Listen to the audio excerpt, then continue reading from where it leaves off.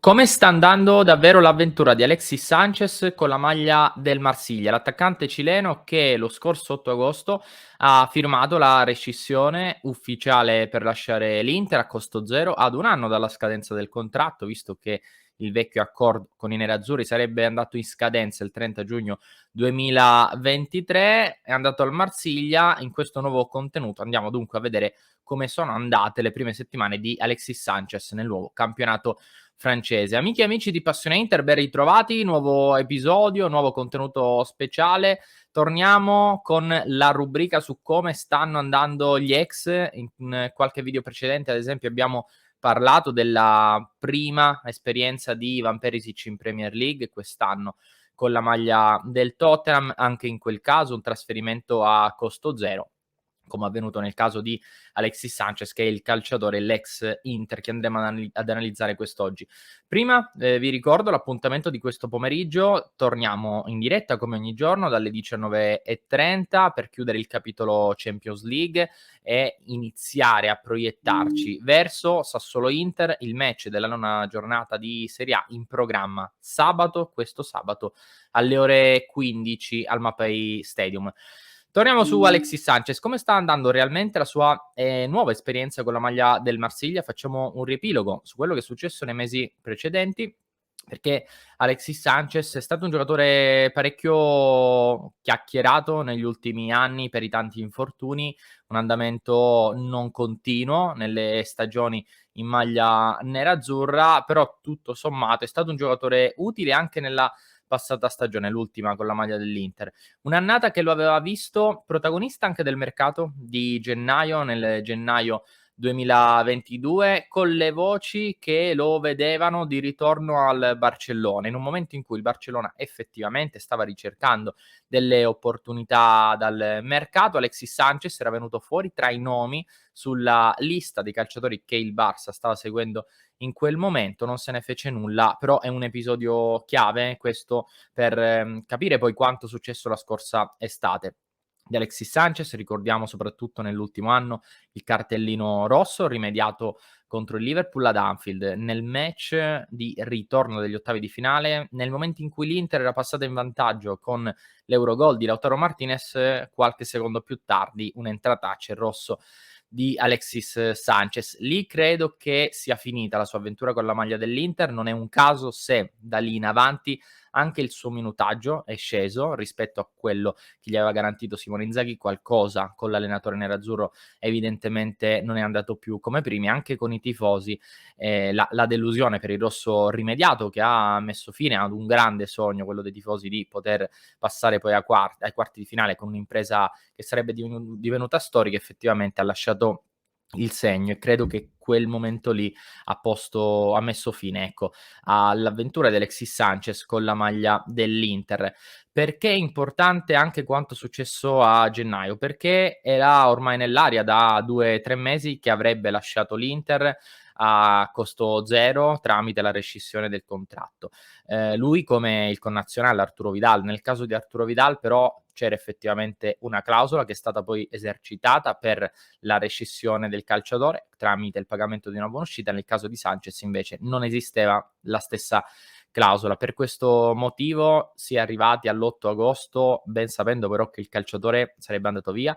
Inzaghi in tutte le conferenze stampa da inizio luglio, da quando è partito il ritiro dell'Inter, aveva parlato degli attaccanti nerazzurri senza mai citare Alexis Sanchez, considerandolo ormai un ex nerazzurro. Perché dunque aspettare tanto? Perché lo stesso Sanchez in realtà un'intesa di massima con l'Inter l'aveva già raggiunta, stava però ancora aspettando lo stesso Barcellona, che lo aveva "illuso" tra virgolette a gennaio, ma che non era tornato per averlo, per ingaggiarlo anche in estate, in un mercato che poi ha visto il Barcellona spendere tanto per altri profili come Lewandowski, Rafinha nel caso degli attaccanti. Per questo motivo ha aspettato tanto Alexis Sanchez, non se n'è fatto nulla nel momento in cui ha capito che la strada verso Barcellona era ormai chiusa, era impraticabile per lui. ha valutato quell'offerta che era sul suo tavolo da diverso tempo, quella del Marsiglia di Igor Tudor, un progetto interessante, ma soprattutto grande protagonismo per lui all'interno di questo progetto. Un'offerta che ha poi accettato, l'8 agosto ha rescisso con l'Inter e poi ha firmato ufficialmente per diventare un nuovo calciatore del Marsiglia. Come sta andando dunque l'avventura di Alexis Sanchez con la maglia del Marsiglia? Dobbiamo dire veramente bene, tutto sommato bene, un grande rendimento sino a questo momento. Parliamo di un giocatore che da quando è arrivato ha disputato 9 partite, di cui 7 dal primo minuto, 2 invece dalla panchina, realizzando 5 gol in 618 minuti.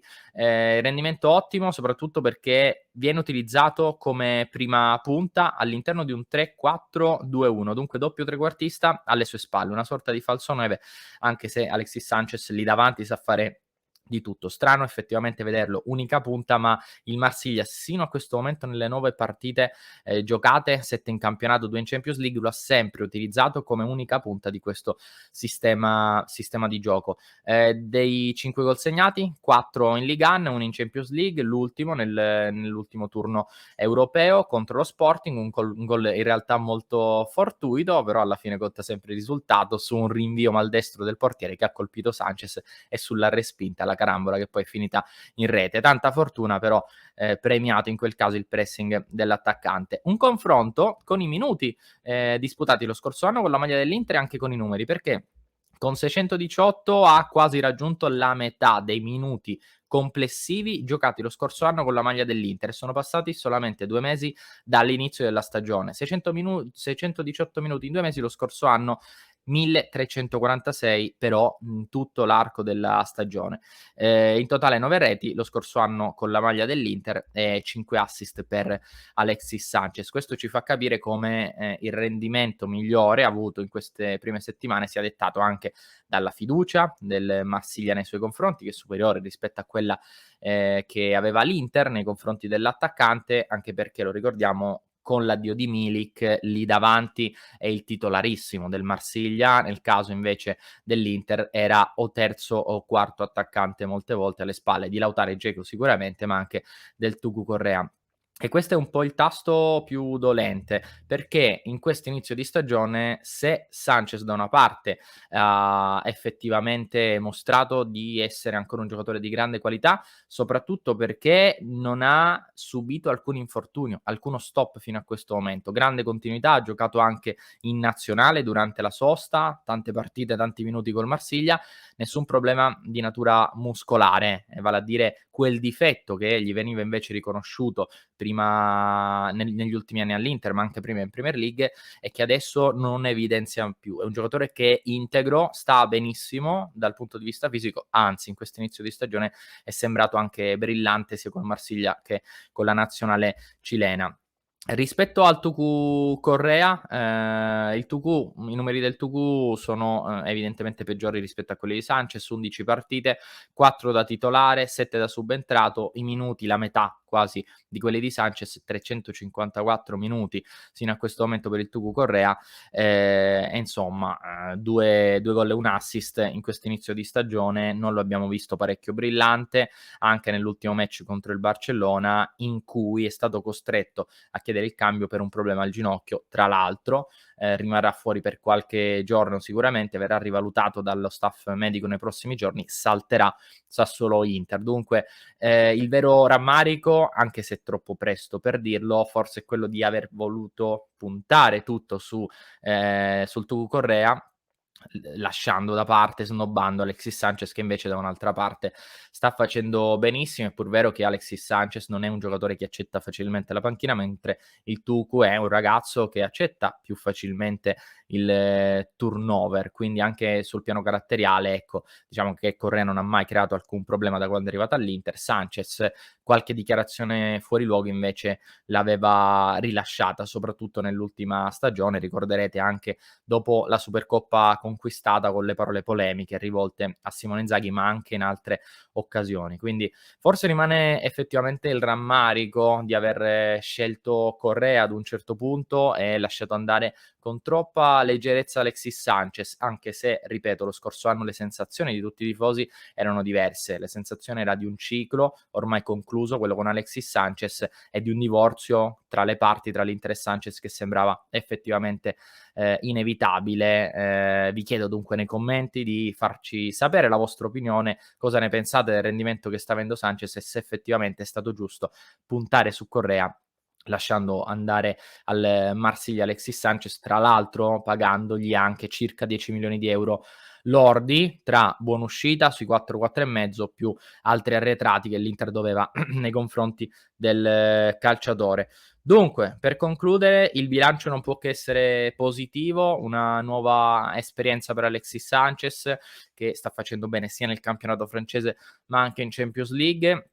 Leader del Marsiglia, il progetto che effettivamente stava ricercando e che gli era mancato forse negli anni all'Inter, in cui è stato secondo me anche sottovalutato, poi è stato giusto probabilmente dirsi addio alla fine della scorsa stagione, però la scelta, soprattutto quella personale per la carriera di Alexis Sanchez, si sta rivelando quella più giusta e allo stesso modo, però ci aspettiamo molto di più dal Tucu Correa, che adesso quantomeno ha l'obbligo di non far rimpiangere l'addio di Alexis Sanchez. Questo era tutto. Prima di concludere, però, vi voglio ricordare ancora una volta di seguirci questo pomeriggio in diretta su YouTube dalle 19:30 per commentare la live. Dovrete essere iscritti, quindi se non l'avete fatto ancora vi invito a farlo. Una live con tutte le notizie del giorno, nella quale inizieremo a parlare di Sassuolo Inter con tutti i nostri abbonati, perché vi ricordo la possibilità, tra i grandi vantaggi dei nostri abbonati, di entrare in tutte le dirette con noi di Passione Inter, quella quotidiana delle 19:30, ma anche le nostre live partita. Dunque vi ricordo le modalità per abbonarvi. Per farlo dovete andare sul sito che trovate qui in basso, www.passioneinter.club. Lì trovate tutti i pacchetti a disposizione per entrare a far parte del nostro club e dunque della nostra chat su Discord, nella quale parliamo tutti i giorni, ci confrontiamo 24 ore su 24 con i nostri abbonati. Ancora un'altra informazione prima di chiudere, perché ieri, per lasciarci alle spalle la splendida vittoria impresa di Champions League di Inter Barcellona, abbiamo pubblicato un nuovo contenuto con 5 spunti da Inter Barcellona. Se non l'avete visto vi invito a farlo e poi a commentare se siete d'accordo o meno con la nostra analisi. Per chi ci segue in podcast ve lo lascio in descrizione, per chi invece ci sta seguendo su YouTube ve lo lascio proprio qui, andate a cliccare e noi ci vediamo dalle 19:30. A più tardi, ciao!